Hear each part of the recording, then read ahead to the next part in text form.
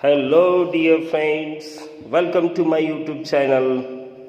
Friends, in this video, we are going to solve the English workshop of the poem Be the Best.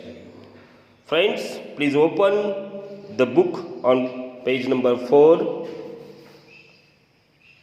Friends, if you haven't subscribed to my channel yet, please subscribe it and press the bell icon button to get my latest video updates. So let us begin with the workshop. Let us see the first question. Read the following words and put the big sized words in big circle and the smaller ones in the small circle.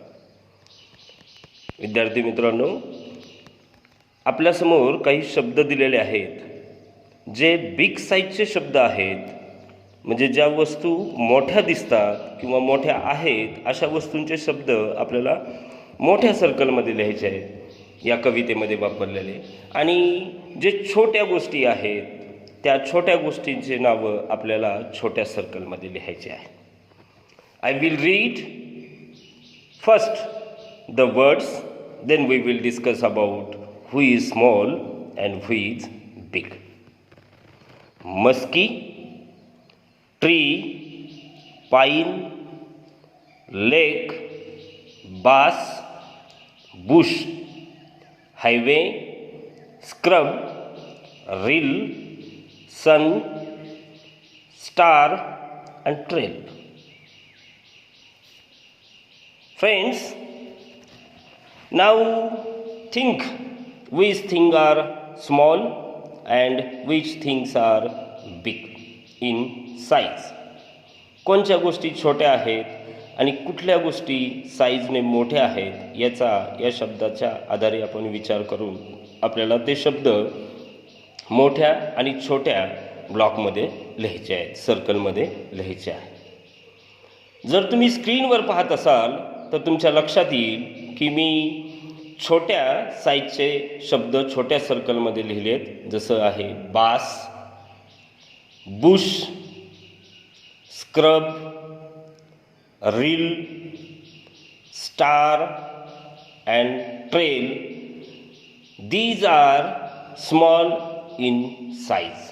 हे सगळे शब्द आणि याचा जो size आहे तो छोटा आहे, म्हणून हे सगळे शब्द मी काय केले आहेत, छोट्या सर्कलमध्ये लिहिले आहेत. Now let us see the words which are big in size, like muskie, tree, lake, highway and sun. They are big in size. वरील दिलेले सगळे शब्द मोठ्या सर्कलमध्ये लिहिलेले साईजने मोठे आहेत, जसं हायवे हा मोठा असतो, ट्री हे मोठं असतं, लेक हे पण मोठं असतं, मस्की हा एक माशाचं नाव आहे ही पण मोठं आहे, आणि सन हे सुद्धा मोठं आहे. विद्यार्थी मित्रांनो, तुम्ही हा प्रश्न पाहिला, ऐकला, समजून घेतला.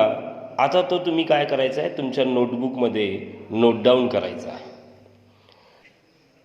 In the third question we have to find out the rhyming words or rhyming pairs from the given poem.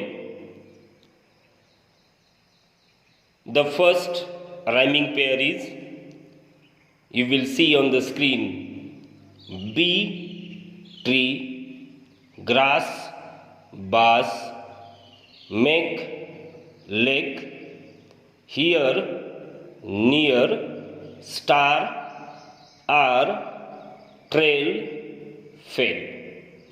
These are the rhyming pairs we find, we search in the poem. Friends, now see the question number 4. It is very interesting question. Complete the following with the appropriate words or phrases from the poem.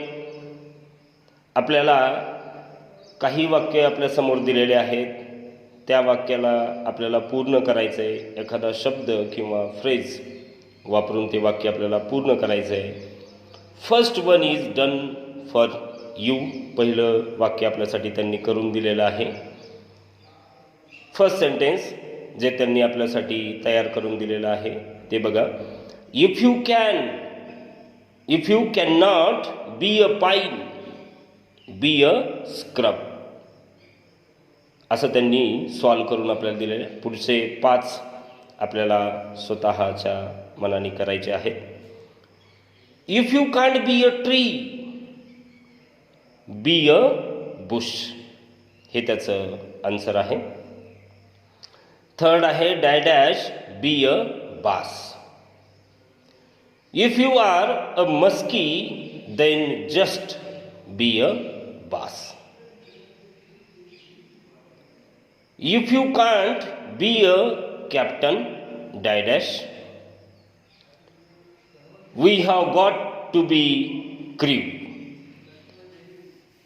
Dash, be a trail if you can't be a highway. And this last, if you can't be the sun, the answer is be a star. The next question number 5. Write whether the following are true or false. खालील दिलेले वाक्य हे बरोबर आहेत किंवा चुकीचे आहेत हे आपल्याला शोधायचं आहे, हे आपल्याला लिहायचं आहे. The first question, all must be the captain of team. सगळेच जण एखाद्या टीमचे कॅप्टन होऊ शकता का? नाही. It's a false. स्क्रीनवर तुम्हाला दिसेल. A bit of grass can make the highway happier. कवी काय म्हणत होता पोएममध्ये? तुम्हाला बुश नाही होता आलं तर तुम्ही गवताची काडी व्हा हायवेच्या बाजूची, जेणेकरून तो हायवे आनंदी होईल, असं तो सांगत होता. Means it is true. The third, we win or fail depending upon size or position. आपलं जिंकणं किंवा हारणं हे आपल्या साईजवर ठरत नाही किंवा पोझिशनवर ठरत नाही, तर आपल्या मेहनतीवर ते ठरतं आहे. It's a false sentence. 4.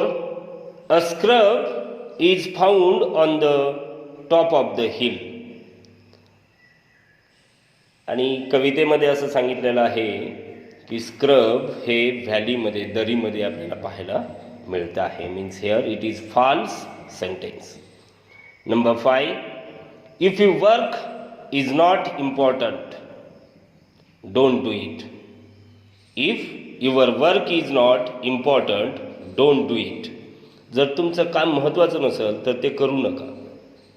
असं चालेल का? नाही. काम महत्त्वाचं आहे, किती महत्त्वाचं आहे की महत्त्वाचं नाही, याला काहीही महत्त्व नाही. तुम्ही ते काम केलं पाहिजे. म्हणजे here it is false sentence.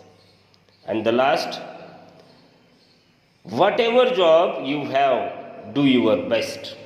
जे काही कार्य तुमच्या समोर येईल, जे काही जॉब तुमचा असेल, त्या जॉबमध्ये किंवा त्या कामामध्ये तुम्ही तुमचं उत्तम केलं पाहिजे.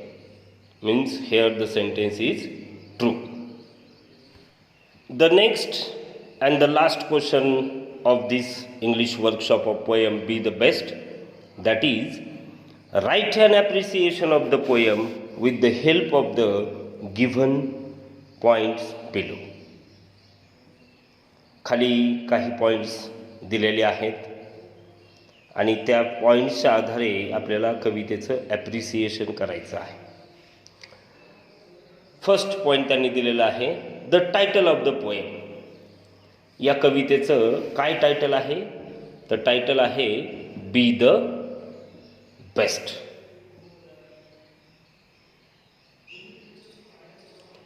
The second point is that the poem is written by.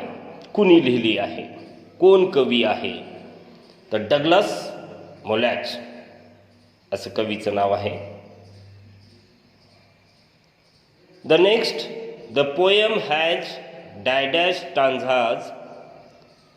Each stanza has dash lines. If you read the poem carefully, if you look the poem carefully, you will understand there are 4 stanzas in the poem, and each stanza has 4 lines. Next, the line that rhyme in each stanza are the lines that rhyme in each stanzas are 1 and 3. 1 and 3. Next, the poet compares big thing with मोठ्या वस्तूची तुलना त्यांनी कशाबरोबर केली आहे? Small things. The answer you will see on the screen clearly in yellow colour. Next, dash is a repeated expression in the poem. या कवितेमध्ये एक भावना कवीने सतत व्यक्त केली आहे. एक एक्सप्रेशन्स आपल्यासमोर त्यांनी मांडलेलं आहे, ते म्हणजे if you can't B. And the last 7 number, the line I shall always remember is. या कवितेतली एक वळ अशी आहे की जी मला भविष्यामध्ये सतत लक्षात राहील. अशी लाईन कुठली आहे? There is always something for all of us here. या पृथ्वी तलावर प्रत्येकासाठी काही ना काही कार्य करण्याची संधी निर्माण झालेली आहे. या संधीचा आपण फायदा घेतला पाहिजे आणि आपलं कार्य उत्तम केलं पाहिजे. Friends, here the appreciation of the poem is over. Friends, please write down all the questions and their answer in your notebook. Read it twice. तुमच्या वहीमध्ये हे सगळे प्रश्न आणि त्याचे उत्तरं लिहा. नंतर त्याचं 2 वेळेस वाचन करा. Thank you for hearing me carefully. लक्षपूर्वक ऐकल्याबद्दल सर्वांचे धन्यवाद. And once again I request you friends, ज्यांनी आत्तापर्यंत माझ्या चॅनलला सबस्क्राईब केलं नाही त्यांनी खाली लाल बटनवर क्लिक करून चॅनलला सबस्क्राईब करावं व बेल आयकॉनवर क्लिक करून येणाऱ्या नेहमीच्या अपडेटसाठी जे मी तुमच्यापर्यंत पोहोचू शकतो याच्यासाठी बेल आयकॉनवर तुम्ही क्लिक करा. Thank you very much, friends.